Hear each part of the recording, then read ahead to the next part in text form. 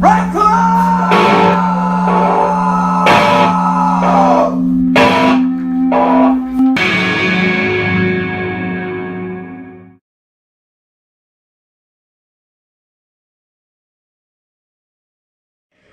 My dog, who had been abandoned and beaten, spent the first year I had her scared of me, of other people, and of all sorts of other dogs. But when a skunk walked into our yard, she ran right up to it. After 6 professional bathings, she still stank for months. Sometime back, a girlfriend I was crazy about broke up with me on Valentine's night, crying that having a boyfriend had always meant losing herself, something I would never want her to do.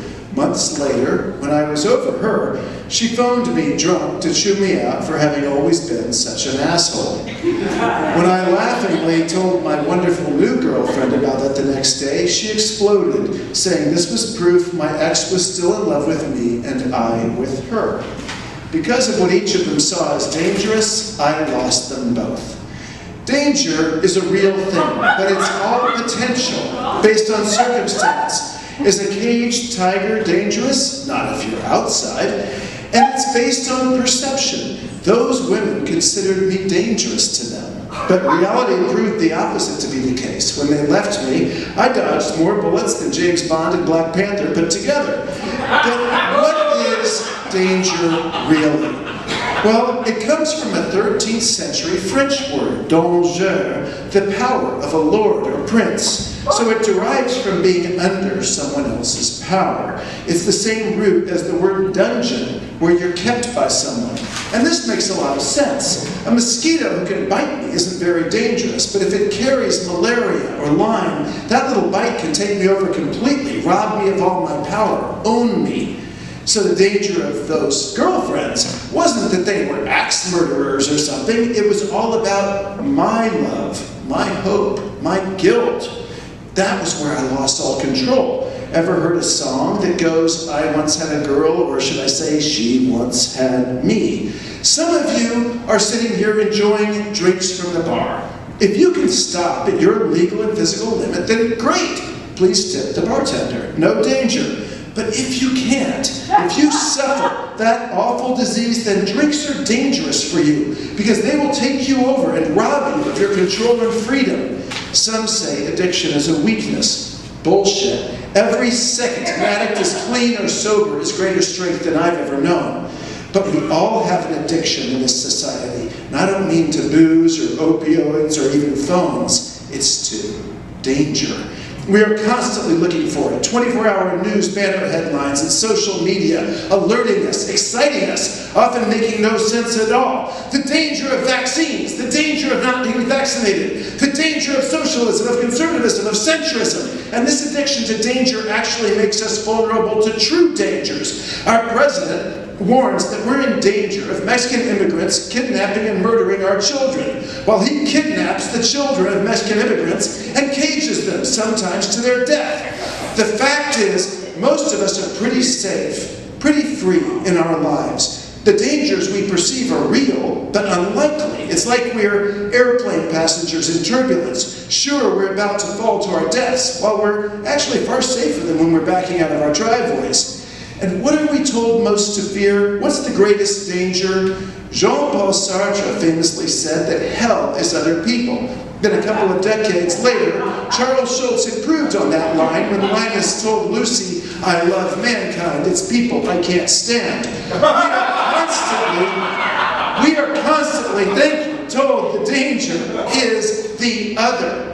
Fear those who don't look like you. Fear those who worship different from you, or worship at all, or don't worship at all. Fear those richer or poorer than you, and especially those who vote differently from you. Who does this help? Well, it helps someone, but not you, not us as a whole.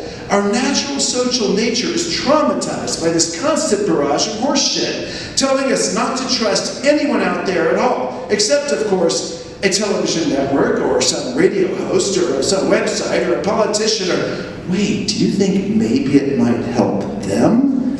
In 1976, on movie screens and on Broadway last year, the great character Howard Beale told us all to turn off our televisions, throw open our windows, and yell, I'm mad as hell and I'm not going to take it anymore. Well, I'm asking throw down your internalized walls and tell your neighbor, I'm relatively safe and I'm not going to absorb the fear anymore. Look around you. Look around you. Is there a threat in this room? So right now, find someone you don't know and say it. I'm relatively safe and I'm not going to absorb the fear anymore.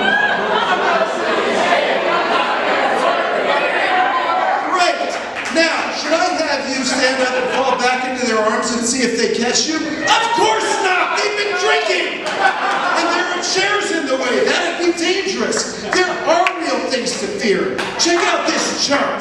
This is the Dow Jones...